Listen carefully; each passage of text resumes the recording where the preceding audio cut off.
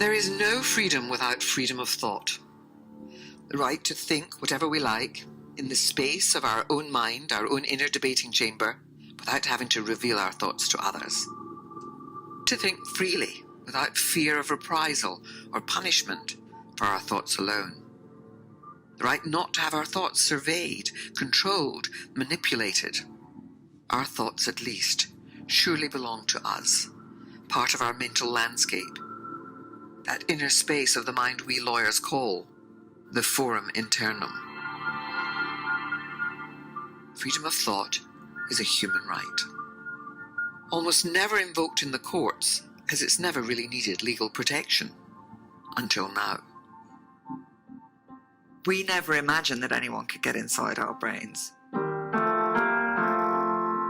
We never imagined that technology could reach this far. Clearly something has shifted in the relationship between the public and the private. New forms of incursion on our thought processes gained from data collection and data mining, technologies that seek access to our thoughts, feelings, hopes, and beliefs. They can hack into our minds, what some people call cognitive hacking. Well, the right to freedom of thought has been described as the foundation of all other rights. Of course you can have freedom of speech without freedom of thought, but what would the value of that speech be? It would be horrifying and terrorizing to live in a world in which one could be punished for one's thoughts. The sanctity of that forum internum as a personal sanctuary that cannot be violated. That's what makes this so terribly disturbing. Are our minds really our own? I'm Helena Kennedy, a lawyer, and I'm worried about our right to freedom of thought. Technology has breached the forum internum in a way that no state or government has ever done in the past. Research has created new understandings of what influences our thoughts, our behavior. When we provide data to companies, we allow them to see deep inside our minds and subvert, however subtly, our ability to think freely. This technology is moving fast. In the not-too-distant future, thought itself could be decoded from brain activity. Billions being invested in brain-computer interface technology, connecting the human mind with artificial intelligence, while neuroscience spreads its influence far and wide. The rise of neuropolitics, neuro-law. Even if some of these companies have their own ethics divisions which ponder these changes as they monetize our thoughts, our laws need to keep up. There's a race. There is money to be had in our inner thoughts. There is money to be had in persuading us to buy things or persuading us to vote for people. Susie Allegri is a barrister who's written and campaigned on the right to freedom of thought. Big tech companies are interested in our thoughts for the value that they can have in terms of financial value. Financial services companies are interested in our thoughts because they can help to predict how risky we might be. And governments obviously are always very interested in our thoughts and how they might be used or influenced in order to make our society go in a particular direction. It's a really, really interesting concept, freedom of thought. What we're discussing is the right for somebody to their own unconscious, to their own inner world, to the understanding of how someone is trying to influence it and who is trying to influence it.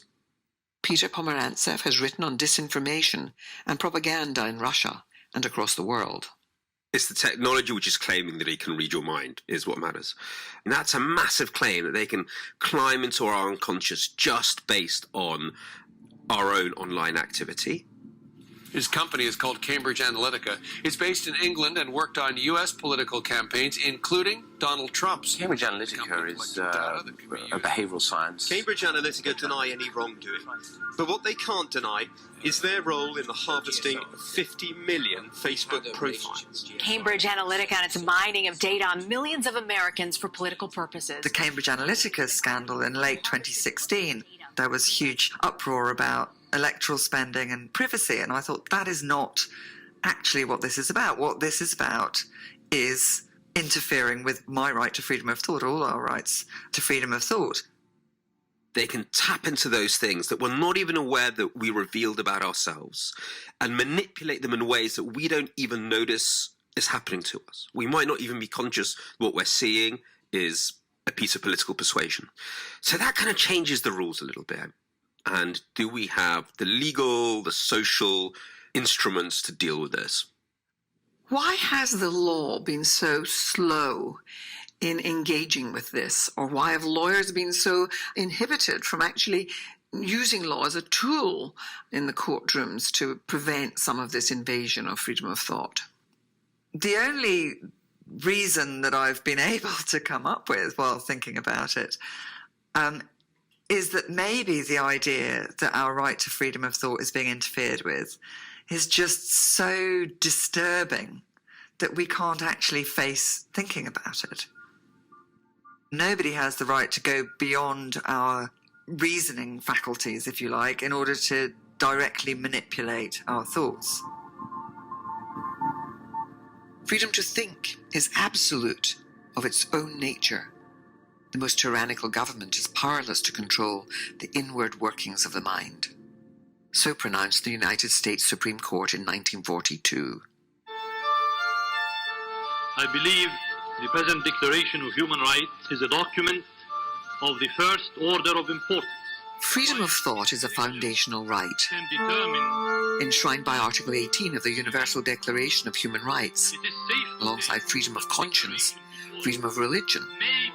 Everyone has the right to freedom of thought, the article begins. It's a bedrock, but also the silent partner for other rights.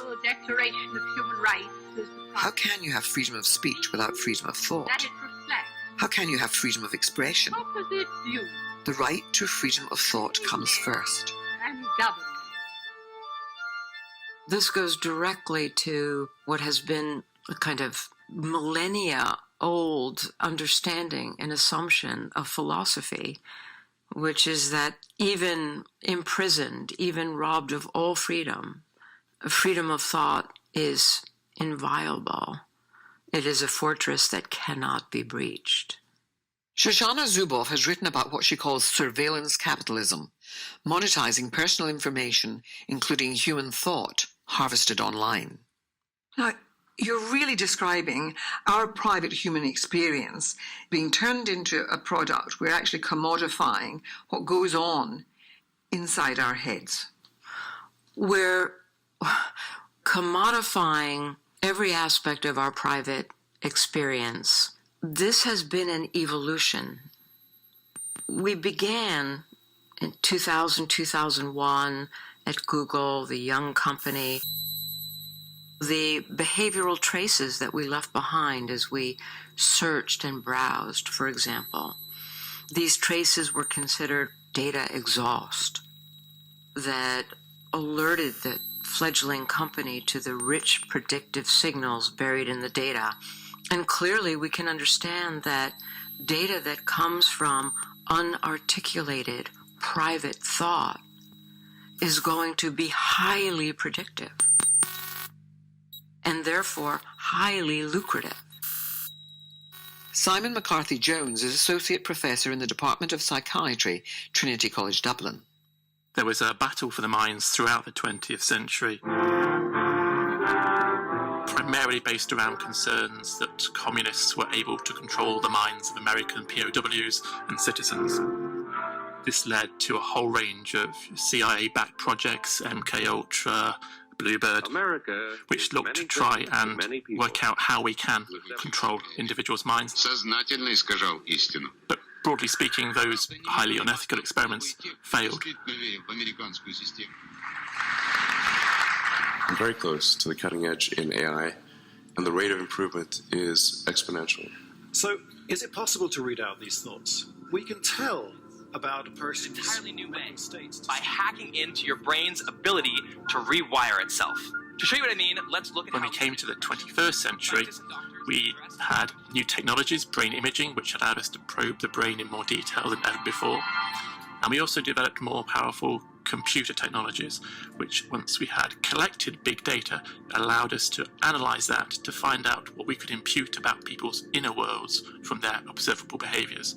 So with these new twin technologies of brain reading and behaviour reading, we've been able to more closely monitor and access the mind than ever before. The original plan for the Neuralink is to connect 4 N1 chips with thousands of electrodes coming from each chip. There's increasing interest in the development of direct technological interfaces into our thoughts and our brains. It's an area that a lot of thought and development and money is going into furthering. Digital philosopher Mark Andreevich has written on data and online surveillance. The goal of, for example, Elon Musk's Neuralink project. We can do a full brain-machine interface, achieve a sort of symbiosis with artificial intelligence. And Mark Zuckerberg's recent discussion about imagining the possibility of an interface that would be able to access people's thoughts directly, not through words or language, but first through some form of direct brain-computer interface. You know, we have a basic responsibility to protect people's data, and if we can't do that, then we don't deserve to have the opportunity to serve people.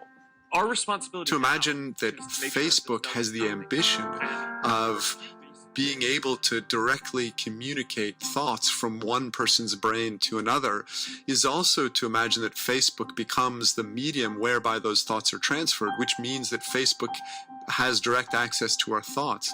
Now, given what Facebook has done with our other data recently, that would certainly give us pause. Imagine a Cambridge Analytica of the future, which is no longer based on the kind of reductionist personality profiling that it uses, but actually has direct access to people's thoughts and emotions.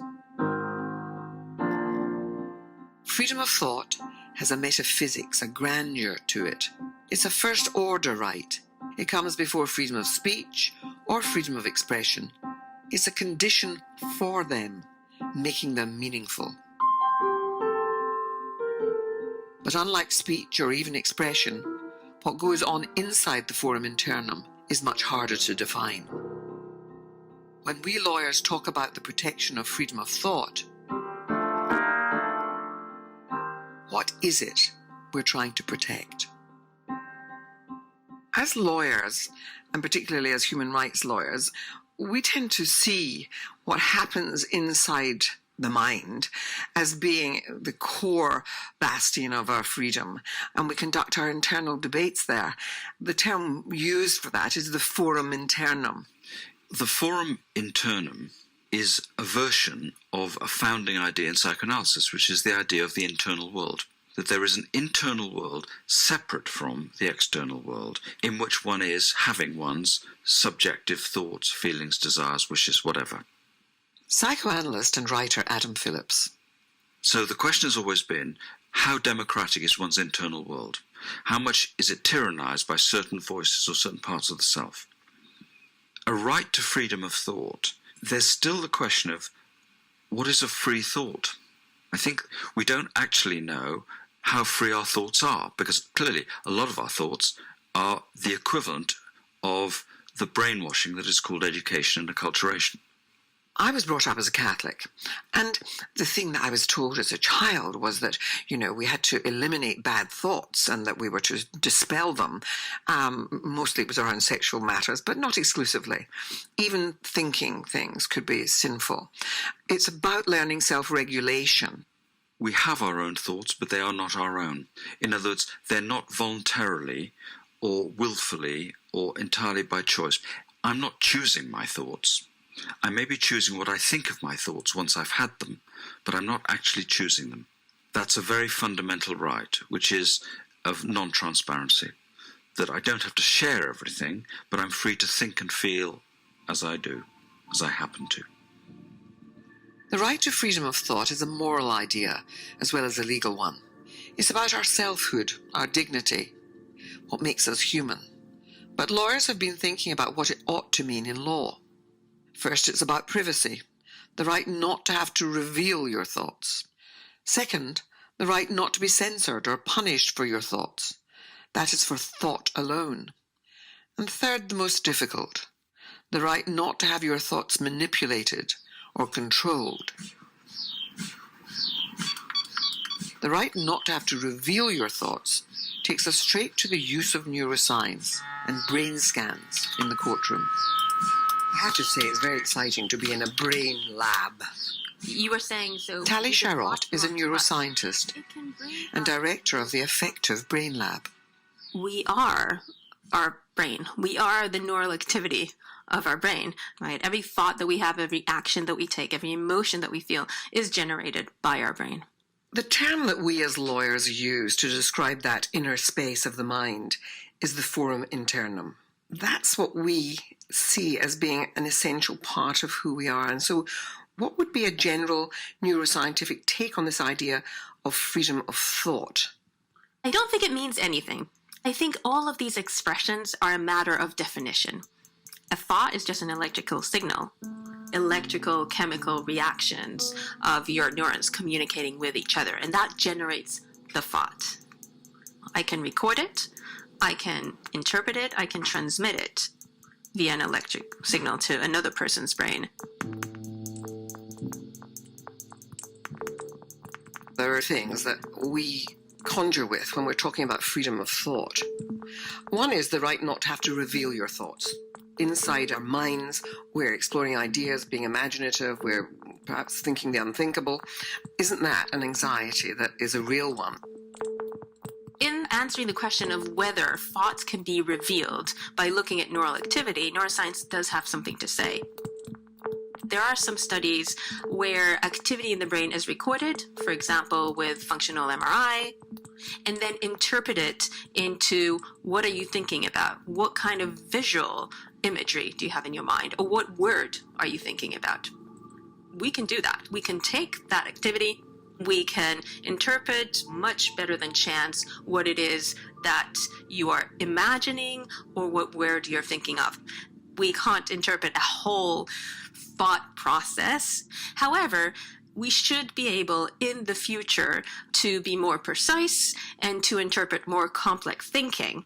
That means, theoretically, someone would be able to record and therefore reveal what you're thinking about.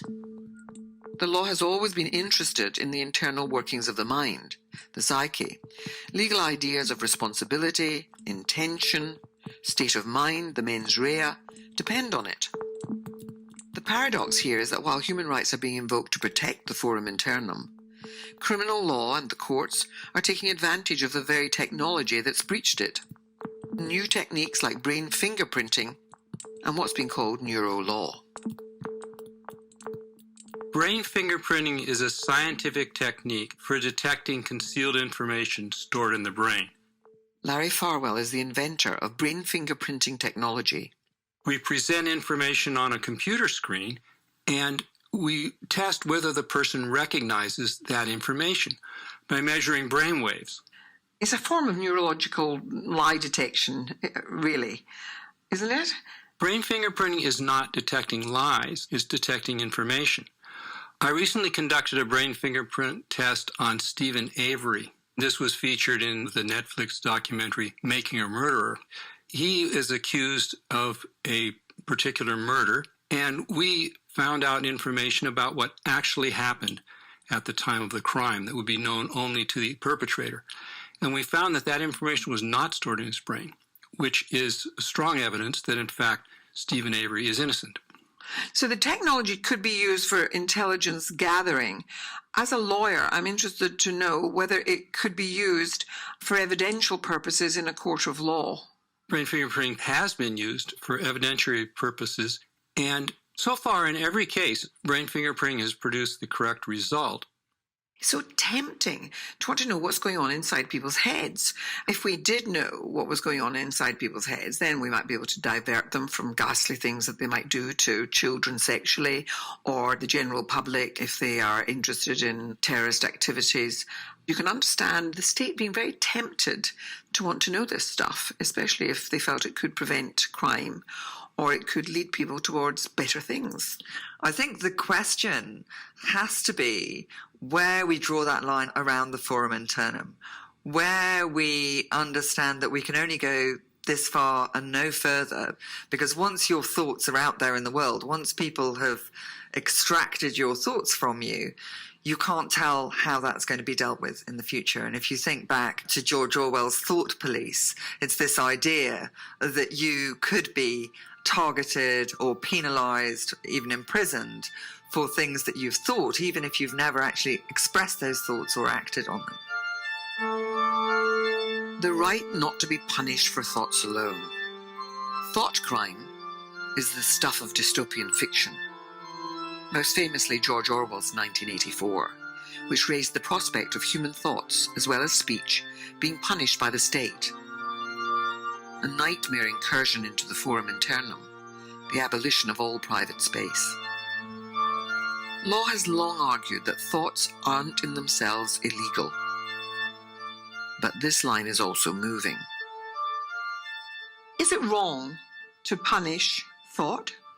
Well, it's an ancient maxim of Roman law, usually attributed to the jurist and emperor Justinian. Cogitationis poenam nemo patator. No one may be punished merely for thinking. Gabriel Mendlow served as a special assistant U.S. attorney and is professor of law at the University of Michigan.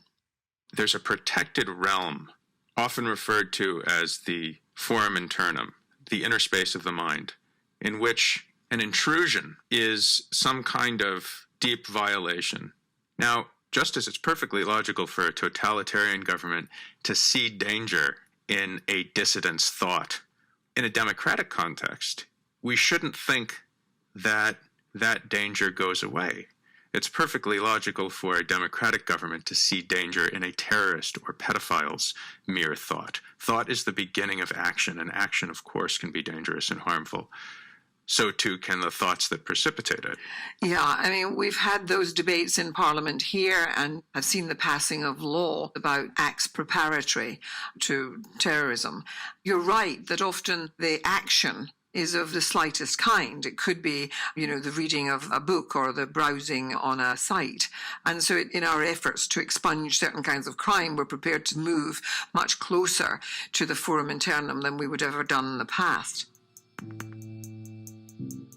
James Bridle. I'm a writer and artist, and I mostly write about technology and its effects on politics and society. The mass surveillance performed by GCHQ and NSA, where they're tracking huge amounts of information, and in cases they are very specifically looking for what Orwell would have called thought crime. You look at the current counter-terrorism situation in the UK, where people can be prosecuted for looking at certain items online.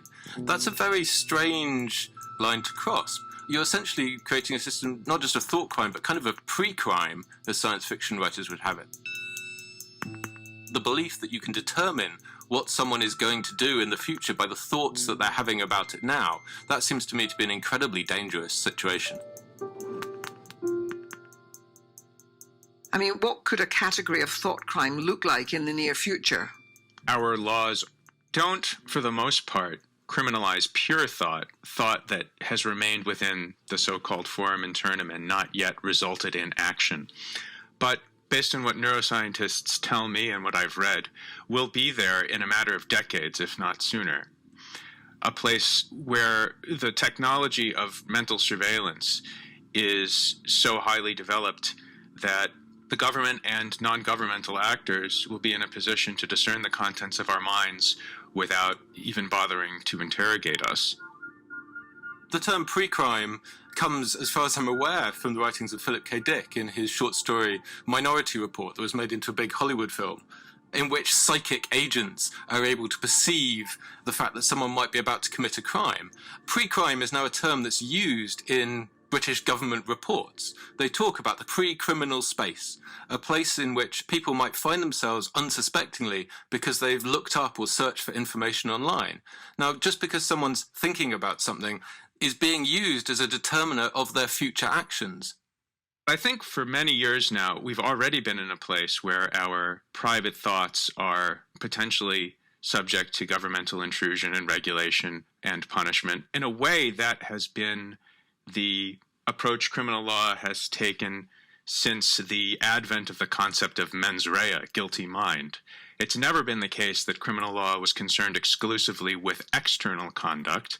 Traditional criminal law punishes external conduct only when it's culpable, which is to say, done in a certain frame of mind. What is to be done? Is it that we promote freedom of thought as a human right, not to be interfered with, that we absolutely have to protect? Or is the way to regulate the tech companies to protect that forum internum before it's too late? I mean, how do we go about this? You know, there are many things that we do all the time that we cannot live without doing, but we don't insist that they are human rights. Human rights develop when something that we consider to be a natural right, a natural feature just by virtue of our humanity, suddenly meets that moment in history when it comes under threat. Now we have come to that moment when these natural rights are under assault. The right to my own face, for example, the right to my own private experience in a general way, and now, again, specifically, the right to freedom of thought without interference, without incursion, without invasion. The privacy of my own thoughts, the sanctity of that forum internum. For me, all these issues that are to do with sort of propaganda and advertising and influence always come back to not just an abstract set of rights, but a series of relationships. That's where they become real. Is a person's ability to understand and evaluate the environment around them being made possible? Do they have a chance in this battle over influence? We are in a period of kind of renegotiation of where the lines of the human and the private and the personal are. And digital has scrubbed out a lot of the previous ideas we had of public sphere and our private space. And there are very serious questions to be asked. Freedom of thought, free thought, is a beautiful thing. Without it, if we don't protect it, what will become of us? And what will we become? What does unlimited access to the human mind mean that you have not yet considered? The billions of dollars spent on these programs are not an exercise to see how much money they can spend. There's a purpose. What are the implications of access to every thought, every word that enters any mind on earth? It is the ability to know your computer password. It is the ability to know your bank account number and the balance. It is the ability to know your home security system password, making it impossible to detect intrusions when you're away. It is the ability to know your plans for a business startup, your invention, and all the steps you have planned to bring them to market. It is the ability to know your plans to buy or sell stock and the rationale for each action. It is the ability to know your favorite position in bed and who you would prefer to have to share it. It is the ability to know what you will testify in court, and more importantly, what you do not want to say. It is the ability to know what you really think about your mother-in-law, your co-worker, your boss, or your neighbor. It is the ability to know what you did last month, last year, or what you plan to do in the next 30 minutes, next month, or next year. It is every thought that you ever have about anything, every word that you ever say, every sight that you ever see for the rest of your life. The human mind has no firewall. DARPA's $6 million contract, DARPA BAA 1203, awarded to Arizona State University, moved the goal into the realm of mass mind control. The objectives of this contract were aimed at discovering how the United States could win the battle of persuasion on a mass scale.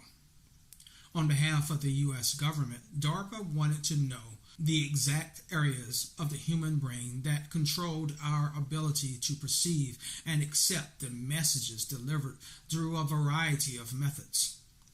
In the proposal, DARPA wrote, "Humans are storytelling beings.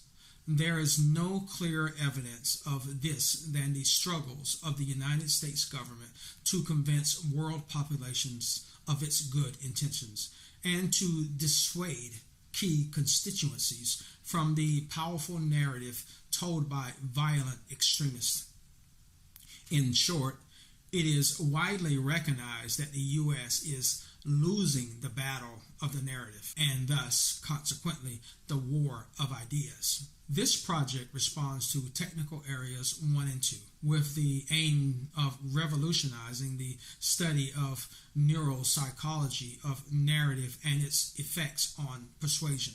It will generate the knowledge to effectively understand, model, and disrupt narrative systems of stories sharing themes, forms, and archetypes on a neurological level, and capabilities to induce powerful narrative phenomena such as transportation and narrative validity with certainty. The work required went on to say, in Phase 3, we will selectively alter aspects of narrative structure and brain functioning via a transcranial magnetic stimulation to induce or disrupt selective features of narrative processing to provide the strongest possible inference about the operation of the narrative comprehension network. Nodes selected will be those that A, can be assessed and safely manipulated via transcranial magnetic stimulation, and B, occupy the most critical position in the network, and C, are associated with the strongest effects in Phase 1 and 2. This will help establish causal effect of the regions identified. Overall, this research program will provide important insights into the emergence or support of political violence and help clarify the role of strategic communication in mitigating it." Unquote. Those somewhat lengthy and scientific statements are not easy to decipher, but what I take away from that overview of the program's goals is that DARPA's intentions were to learn how the brain perceives ideas and determine how to deliver the government's message in a way that will be perceived as true and believable. In the absence of a caveat, one must assume no matter what the previous perceived notions were for the targeted audience at the onset. Simply stated, from a neurological standpoint, in my opinion, DARPA's objectives could have been written: evaluate how we can manipulate the brain's functions to allow the United States government to convince anyone of anything. Today, the research arm of the Department of Defense, the Advanced Research Projects Agency, or DARPA, leads the charge into weaponized mind control.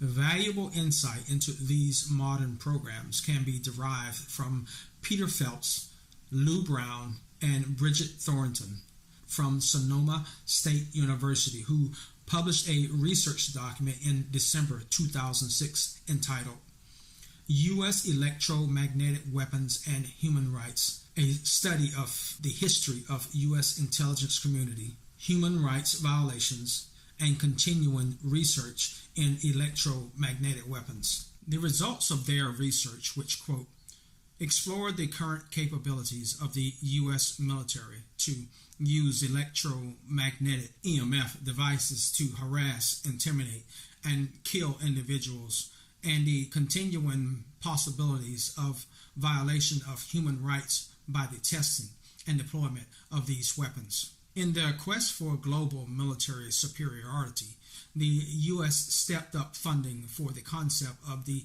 future warrior, beginning in the late 1990s with the use of advanced nanotechnology. Brown and Thornton went on to say the idea was to streamline the military, improve soldier performance, control the fighting in real time, and avoid soldier mortality. Toward this end, the concept was to enhance the ability of soldiers in the field to interface with computer systems by using their own brainwaves. The U.S. began to fund research into decoding the brain as well as other neurological research. At the same time, funding for computers to human interface poured into universities, and DARPA stepped up their research and development. In the universities, the field became cognitive science, and within DARPA, the term augmented cognition was born. While developments in brain research are touted for their amazing therapeutic advances in the medical field, they primarily serve the purpose of the U.S. military." Unquote. Department of Defense Research, weaponized mind control. President George H.W. Bush declared the 1990s the decade of the brain. The U.S. Air Force took the lead role in brain research, and Dr. Gene McCall was later appointed chairman, United States Air Force Scientific Advisory Board. McCall discussed the DOD's plans and aspirations for progress over the subsequent 25 years in a publication called New World Vistas, Air and Space Power for the 21st Century. These accounts were also published in Power Watch Network newsletter in November 1996, as noted in the book The Boiled Frog Syndrome, Wiley Academy, published in 2002. In Chapter 3, entitled Electromagnetic Radiation, I found interesting details about how the USAF envisioned the future of human mind control research. Here are these significant details. Quote, "We can alter time perception in humans and animals. We can make animals go to sleep, and from a personal note, I can testify that they can do the same for humans also. We can make bones grow, and we can stop bones growing. We can regulate immune processes and affect calcium ion binding on cells. That is important because most of the chemical processes in the human brain seem to be mediated on calcium ions. We can turn DNA transcription processes on and off at will. We can cause profound alterations and defects in embryos in the gestation period by directly enacting fields with the growing organism. We can cause up to 6 times higher fetus mortality and birth defects in laboratory animals with fields so weak that the victim can hardly detect them. We can slow down or speed up the aging process in cells to the point where we can slow down to extend cell life." They concluded the passage with this statement: "These are only some of the results of interactions of weak pulsed, usually ELF, magnetic fields and living systems." Unquote. Moving back to Dr. McCall's discussion in the publication New World Vistas, Air and Space Power for the 21st Century, McCall finished up his vision of what would be achieved in the 21st century with this: "Prior to the mid-21st century, there will be a virtual explosion of knowledge in the field of neuroscience. We will have achieved a clear understanding of how the human brain works, how it really controls the various functions of the body, and how it can be manipulated both positively and negatively." McCall went on to say, quote, "Modern electromagnetic scattering theory raises the prospect that ultra-short pulse scattering through the human brain can result in reflected signals that can be used to construct a reliable estimate of the degree of central nervous system arousal. The concept behind this remote EEG is to scatter off of action potentials or ensembles of action potentials in major central nervous system tracts. Assuming we'll understand how our skills are imprinted and recalled, it might be possible to take this concept one step further and duplicate the experience set in another individual. The prospect of providing a been there, done that knowledge base could provide a revolutionary change in our approach to specialized training. How this can be done, or even if it can be done, are significant unknowns. The impact of success would boggle the mind. Unquote. It is absolutely normal for Dr. McCall to be excited about the prospect of having the ability to imprint information into the human mind as if it were a computer hard drive. That could revolutionize how humans learn. But as previously stated, there are potentially negative consequences if guided by the wrong elements of any society. Not many years later, the U.S. Secretary of Defense, William S. Cohen, someone who at the time I greatly respected and admired, was reported to have shared his organization's vision of the future of mind control research in the publication Defense Viewpoint, published on December 1st, 1998. Secretary Cohen wrote, "One can envision the development of electromagnetic energy sources, the output of which can be pulsed, shaped, and focused, that can couple with the human body in a fashion that will allow one to prevent voluntary muscle movements, control emotions, and thus actions, produce sleep, transmit suggestions, interfere with both short-term and long-term memory, produce an experience set and delete an experience set. It would also appear possible to create high-fidelity speech in the human body, raising the possibility of covert suggestions and psychological direction. Thus, it may be possible to talk to selected adversaries in a fashion that would be most disturbing to them."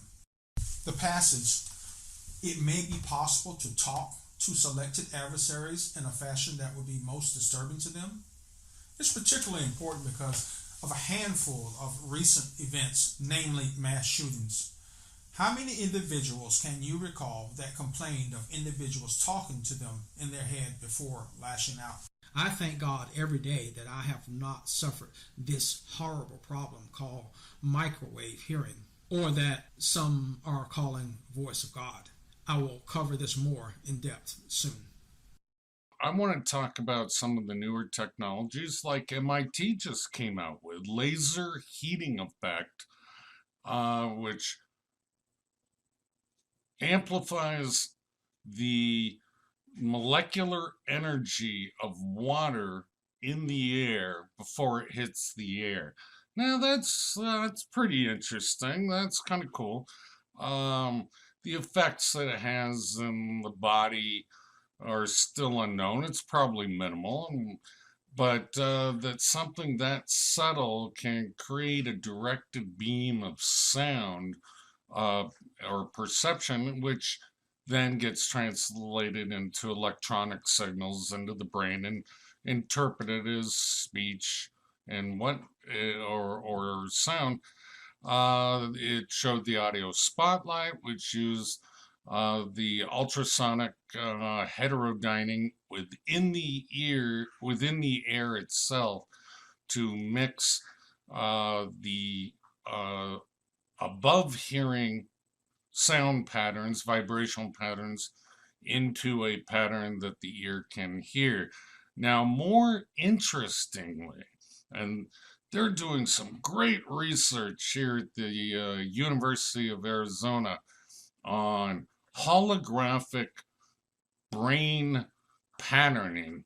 And what that means is they're using ultrasound through the skull in specific patterns to influence, heat the tissue, or change the synaptic connection duration, the expansion of the tissue, so to speak, to alter brain patterns. And that is really interesting stuff. And I think there should be more investment in that area. There are some old technologies that Google caught on to for their Google glasses, which never really caught on in terms of public acceptance. They uses bone conductance. It just, if you touch the skull anywhere, the jawbone or the head or somewhere else, the vibrations get sent up to the inner ear, and that makes it sound like audio is coming right directly from the center of your head. I'm going to talk about the active denial system, some microwave neural weapons or neurotechnologies. Remember, everything can be weaponized. This one is 95 gigahertz. It heats the outer layer of the skin, the tissue, which contains the sensors for heat perception of the human. That then induces, severe pain, brain signals. The CIA uses it as a infinite torture device for their guests and their safe houses, and it leaves, no marks if used correctly, burning of tissue, and so it's called a no-touch torture system, but it's also a non-lethal weapon system device. Chinese brag about they have it, and the Raytheon is the one that developed it in our country, and the Marines were not allowed to have it for whatever reason because of long-term damage we were unsure of during war, even though you're killing people. But anyway, radio frequency microwave hearing effect, they covered that in that last video. Very, very interesting, because there were many scientists were arguing what is the actual mechanism of the radio microwave hearing effect, and they finally concluded that it's actually it's kind of bad, heating of the brain tissue itself, and the brain is pulsing from the heat expansion, the what's called SARS, specific absorption rate, and then shrinking, cooling quickly, and that this vibration to the brain goes into the inner ear, which then causes the perception of sound, voices, whatever you want to transmit. But that vibration to the brain is like many concussions, and you're gonna, in victims that this has been used on, probably like the Cuba embassy attacks, you're going to see scarring and traumatic brain injury of the brain tissue over time. And I didn't even list this one on the slide, but obviously something like the gamma knife, or anytime you can focus energy, EM, electromagnetic energy, onto a specific point, whatever that resonance may be, or that specific point in space-time may be, you're going to heat the tissue. And yeah, this is ways we can kill you while you're sleeping in your bed, fry your brain, your internal organs, cause increased cancer rates depending on the frequencies and whether it does DNA damage. And but anyway, we're trying to stay focused on neural weapons. There are some ways which you can sensitize the target of using neuromodulation methods, such as University of Nevada. I don't know if their research is still top secret or wasn't and now is, but the U.S. Air Force consigned them to develop a dopamine dump non-lethal weapon, and that just means they resonated the cells which produce dopamine to flood the brain with dopamine, and they become disabled and can't think clearly. And it was considered a battlefield non-lethal weapon. But you can do this, remember, with any neuro transmitter, or I won't even get into the details of it, but we can talk about ways to do that with everything has resonance. Ionic channel protein conformational changes. You can unlock even DNA strands using certain radio frequencies, and those could include cancer-causing ones. You can, for more immediate effects, alter the uptake, the reuptake of ionic ions such as sodium and potassium and calcium. Let me just move on quickly so I can get through this presentation. I'm glad you're here because I'm so excited to announce a keynote speaker for today. We have Jamie Tyler, and if any of you has an interest in transcranial ultrasound stimulation, then I'm sure you've heard of Jamie, and I'm sure that many of you have read his papers and seen his work. It is his seminal work that really started the interest in possible neuromodulatory effects of ultrasound. And we've also seen today that this is a technique with a very long history. I mean, we're talking about immediately after the Second World War in the last century. But it's especially in the last decade that we have seen this re-emergence and a reappreciation of the biomechanical effects and possibilities allowed by ultrasonic stimulation. Now, and here today we have Jamie, Jamie from Arizona State University. I'm very excited to hear what you have to tell us about what you've been doing, what you're currently doing, and the future of ultrasonic neuromodulation. Jamie, please join us.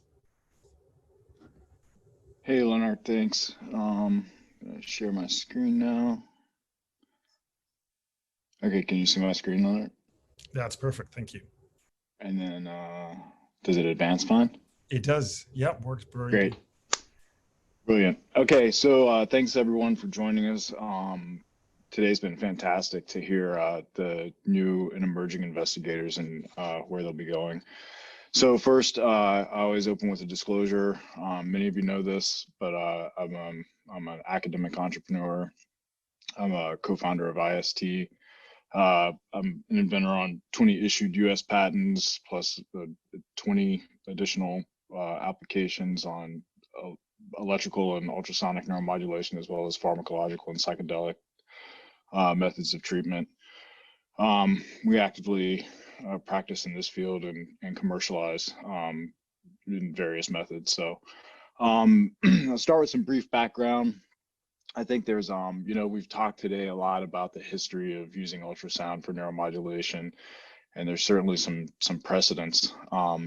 Even deep brain stimulation has a history dating back almost, 60 or 70 years now, using electrodes they're implanted electrodes to modulate various nuclei in the brain to achieve certain functions.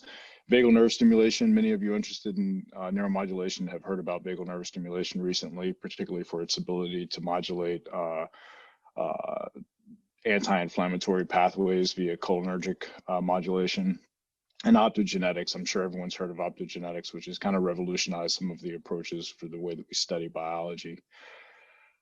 Back in the 1950s, even before that, as you've heard today, people have shown using ultrasound that they could induce either peripheral activity or modulate central activity.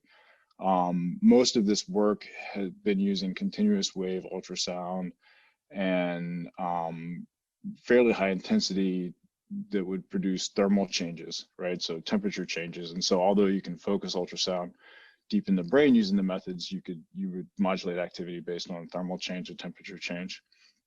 So when I started my career as a scientist, after my first postdoc, I had set up my lab with some optogenetic tools, and this was in 2006, 2007. And I had always had an interest in the mechanobiology of brain function. So the physical properties of the brain are often overlooked. And when you look at the physics of the brain, the materials are viscoelastic, right? So they're non-Newtonian fluids, and they're ideally suitable for carrying and propagating mechanical waves or sound waves, such as ultrasound. And so I kind of departed my biophysics training and synaptic plasticity and transmission training and using optogenetics and lasers to probe brain function, and began using ultrasound. And what we did that was different was we really ignored the ability of ultrasound to increase temperature, and started to, rather than using continuous waves, we started to modulate ultrasound in pulse wave modes, and using a multitude of frequencies that would more actively emulate what might be happening at a biophysical level related to an ion channel, and the ion channels in activation kinetics, and its opening and closing behaviors, right? So we took a completely different approach, and we're able to uncover, we published in 2008, we showed using organic calcium indicators that we can modulate brain activity in slices, and this was in organotypic slices. We also used optogenetic probes. So this is image, well, it says it can't play the media, but some of you have seen it. The movie must be somewhere else, but basically modulating synaptic activity, and we were able to record that optically using a Thigh-1 synaptofluorin mouse, or tissue from a Thigh-1 synaptofluorin mouse. We then immediately translated our findings. I got an email from Bill Newsom at Stanford University in 2008, and he was like, look, 2008, 2009, he was like, asked me, did I believe we could generate phosphines in non-human primates using ultrasound? And so we started to explore a little bit, and we couldn't get things to work. We tried lots of stuff. Those were fun days in the lab. It was kind of chaos, controlled chaos. But one day we accidentally induced a seizure in an animal. And once we induced a seizure in an animal using ultrasound, we knew at that point that it was completely feasible. We just had to dial in the right waveforms, if you will, right acoustic kind of stimulation parameters to be able to control it and not induce a seizure. And so from there, we published that paper in Neuron, and then rapidly published a methods paper in Nature Protocols. Right after that, showing that we could attenuate epileptic activity that was induced using canic acid. And so we described those methods, and those methods that we described starting in late 2007, 2008, have become the basis for what most people use today to modulate neural activity in the peripheral and the central nervous system. I struggled to get, as an early investigator, I struggled to get funding from NIH. I still have not received funding from NIH or NSF for that matter. But I've been extensively funded by DARPA and the DOD and venture capital. It took a while, but what they've shown, what we've recently shown and published in a couple of papers, was that we can modulate by targeting prefrontal cortex. We could start to alter functional connectivity in the frontal cortex and nodes of interest related to depression. And then we ran another trial on depressed individuals using the same device. This is ended up being a low end, but I think this supports a larger scale trial that we're going to be starting to kick off sometime in the next couple of months.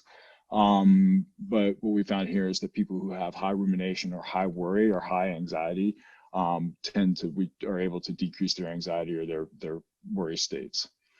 work in my lab has started to focus on, I guess, for the past few years, we've been working primarily on non-invasive electrical methods in the academic lab. But we have had a couple of projects, collaborative projects, and I've had one graduate student who's been working hard on trying to understand how we can modulate certain emotional processes towards treating mental health disorders. And so part of this work is in collaboration with Marco Santello, who's the director of my department, and then Justin Fine, who's one of Marco's postdocs, and Maria, who's in my lab. And what they showed is they can modulate human response inhibition. And this paper is under review now, I believe. It's been back and forth with some journals. So what Maria did, Maria's like, she's a really creative student and a person that, with a lot of my students, I try to just give them space versus direction, which can be a struggle for the students sometimes. But when you see what they produce, when they just have a creative blank slate, I think it's amazing. So Maria started in my lab when I was actually in Boston running a company. And so she was here by herself at Arizona State University. And she was really interested in how we could use ultrasound to alter states of consciousness and states of emotional awareness. And so she put together a really nice project. She'll be defending her thesis in 3 or 4 weeks, and using focused ultrasound to target the dorsal ACC and the insula, while conducting simultaneous 64-channel EEG, and then using a flanker task, an emotional flanker task, looking at neutral faces and fear faces under congruent and incongruent conditions.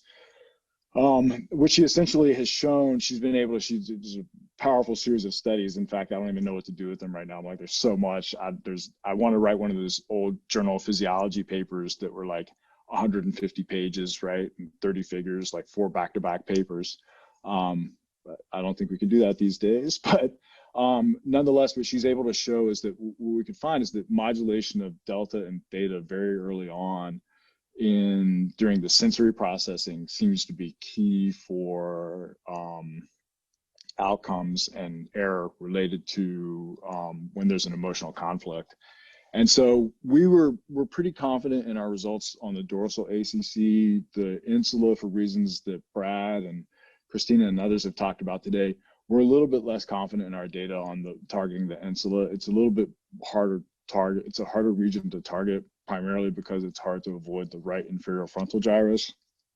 And so we're still continuing to work out methods that will allow us to have more confidence in those data. We believe in them. I just think that across individuals, it's harder to be confident that you're hitting the target, right? So, I'd like to know that at least in 70% or 80% or 85% of the individuals, we have a high degree of confidence for hitting the target. So modeling and visualization will come in. Those will be incredibly important for being able to verify that you're hitting the target, or at least increase your confidence that you're targeting the right location.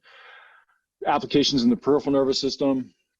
It's been shown that you can modulate the vagus nerve using ultrasound.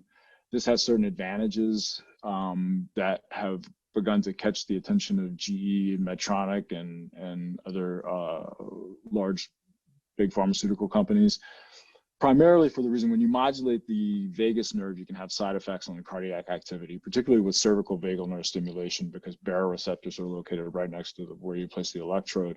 And so you can have effects on blood pressure as well as cardiac effects, such as producing bradycardia, for example.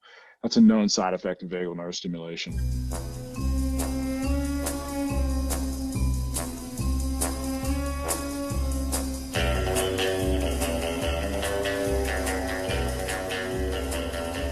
Hello, and welcome to Fireside with the VC. My name is Andrew Romans, and I'm excited to have George Hoyam, whom I've known for many years, on the podcast. George is a managing partner of IN-Q-Tel, which is the strategic venture capital arm of the U.S. intelligence community. I actually first came into contact with IN-Q-Tel when I was an entrepreneur in Washington, D.C., Northern Virginia, in the mid to late 90s, and people said it was the CIA fund. But I believe that this has evolved quite a bit. So, George, welcome to the podcast, and thanks for making time. Thanks, Andrew. I appreciate you inviting me on. It's going to be fun. Yeah, I mean, 10 and a half years, too. That flew by awfully fast. I didn't realize you've been there for so long. It seems like, hasn't been that long, but I'd love it if you could just explain what in-Q-Tel is, how it came into being, and how it's evolved, and maybe a bit of what its purpose is. Sure. So in-Q-Tel, the original idea was pretty simple. It was, back in the 2000, the .com era, actually, the George Tenet, who was running the CIA, and a group of other people had seen innovation previously coming out of places like Xerox, PARC, and Raytheon and systems integrators. And then when the .com era occurred, they realized, there's 18,000 venture capital-backed startups. That's where the innovation's occurring, is in the commercial companies and markets. And we're missing out on all that stuff. The last place in the world a startup's going to go is knock on the door of the CIA. And so they had the insight to say, hey, let's create an entity or a company that is populated by people like myself, career venture capitalists, and others, so that we can reach into the startup community and pick out emerging technologies way in advance of when they would be visible to the government, and then guide those technologies into problems of national intelligence. And so we've evolved from that point to support now 8 intelligence directorates. But the idea was pretty simple, and the goal is to guide those technologies and run pilots at scale against real problems. And so in-Q-Tel was formed in 1999, and we're actually a nonprofit. We're a 501c3. We're a distinct and separate entity. We're not part of the government, and we have our own board of directors. We call them a board of trustees, who George Tenet now is actually on our board. And we get our authorities through a contract with our executive sponsor, which is the CIA. So we've evolved way beyond just the CIA, and we now support these other directorates, NSA, FBI, et cetera. And we are doing 50 to 60 investments a year. So we're probably one of the most active strategic investors in the world. And we service both the intelligence, but also the national security infrastructure of the United States. And isn't the Pentagon one of the parties that you're supporting? Is that right? Well, the Pentagon is DOD, and they have these things called the combatant commands, which is Army, Navy, Air Force, Marines. So if you think about it, we don't do a lot of, like 95% of the companies we back have never done business with the federal government. So we're taking commercial startups and showing them a dual use into the government. We don't do as much with the Pentagon or the Pentagon associated groups as we do with the intelligence agencies, but we do have relationships with some of the commands in the Pentagon in certain pockets. But you have to do the intersection of where venture capital investing is occurring, where the interests are. So if somebody came to us and said, hey, we want you go find a better material for stealth bombers, well, guess what? There's no venture capital investing in that area. Right, so it's more where VC investments overlap with the intelligence and government. And so mostly it's intelligence and national security. Right. And you guys are a unique form of really corporate venture capital, where the classic CVC corporate venture capital group is looking for strategic returns that are going to bring new revenue streams or lower costs or optimize the existing business and evolving business and get external innovation and bring it in internally. You guys have some pretty clear LPs, and I think you call them stakeholders. So I'm kind of curious to know, do you guys, like a lot of CVCs, Intel Capital would typically have this offsite once a year, come up with the 4 major categories of investment themes for the year, and then kind of try to be big and present in those categories. Do you guys have, a very clear framework, or is it just super broad? Yeah, so we are a strategic investor, and we invest for mission impact. We often back really commercially successful companies because the best impact you can have is investing in killer technology that becomes very successful and drive that into problems of national intelligence. So we start with the workflow of what we do starts not dissimilar from a corporate investor. We're more strategic, but we start with what we call problem sets. So every one of the agencies we serve has a thing called an in-Q-Tel interface center. And this is, 1 to 30 people on the payroll of the agencies we serve. Think of them almost like P&Ls inside of a gigantic corporation. And these in-Q-Tel interface centers form the basis of the connective tissue back into these agencies. And they start with problem sets. And so they give us problem sets that, hey, in a perfect world, if you could find me a company to solve X, Y, or Z problem, that would be great. And those problem sets get issued to us once a year, and then we map those problem sets into where the venture capital investing is occurring. And that gives us, what I'll call a partial shopping list of where we should go to solve problems. We don't do deals until we get someone inside the agencies we serve to commit to piloting capability at scale against a real problem. So we have very strong signal from our stakeholders about what problems they're trying or they want us to pursue. And then we go off to implement those deals. And we also are looking over the horizon. A lot of the other things we do are what we call situational awareness activities, where we see things breaking in the venture capital community that the intelligence community or our stakeholders have never seen before. So we'll go back to them and say, hey, I know you're looking at this problem this way, but there's this new capability, whether it be an accelerated GPU engine or artificial intelligence being applied to a particular problem, or et cetera. And then we will inform them of these new ideas and do deals that are maybe not on their list because they hadn't anticipated these breakthrough technologies that can help them with their problems writ large.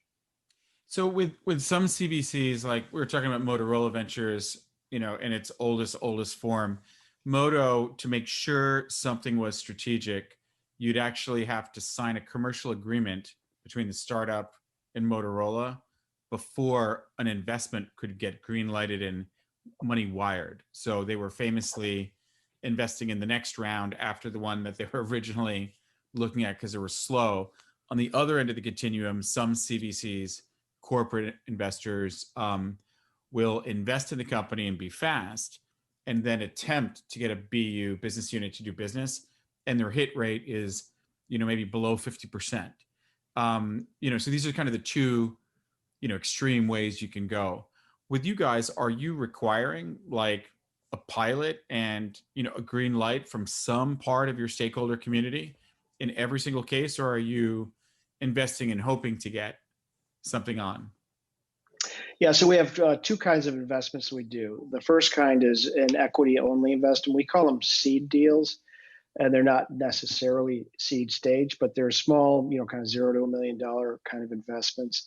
And they're usually at Series Seed, A or B, and they're in companies where we want to get a foot in the door. Maybe it's something that's accelerating very fast, or maybe it's in front of our stakeholders' ability to fully understand it. So we get involved about maybe a third of our deals a year are these equity-only deals, and a very high percentage of those turn into the next type that I'll talk about, which is what we call a work program deal. So the work program deals, which is the kind of 2/3 of what we do, these are deals where we bake in an adaptation project. Because if you think about a young startup who's never seen the government or even talked to them, and their VCs are probably saying, stay away from the government, you'll be dead by the time you sell them something. So we come in and guide them in like a rifle shot into a specific, opportunity, but they probably don't have the right features needed to run, software on a classified network, or to have, a language that's needed, or access control for a cloud infrastructure. So we will help them prioritize their features from their roadmap and to give them NRE dollars, non-recurring engineering dollars, to help them prioritize and fund those activities so that the pilot that they run against this real problem has the right feature set. And so our deals typically take half of the cash we give them, which could be $1 to $4 million. Half shows up as generally NRE that funds the pilot and these features they need and all the support to make that happen. And then the other half shows up as equity. And so that, is done when we get a commitment from the end user to pilot against a real problem. So 70% of our investments get piloted against real problems in the agencies we serve, and about half of them get adopted, which means the company and the customer conduct business directly. And so that's basically our batting average at this point.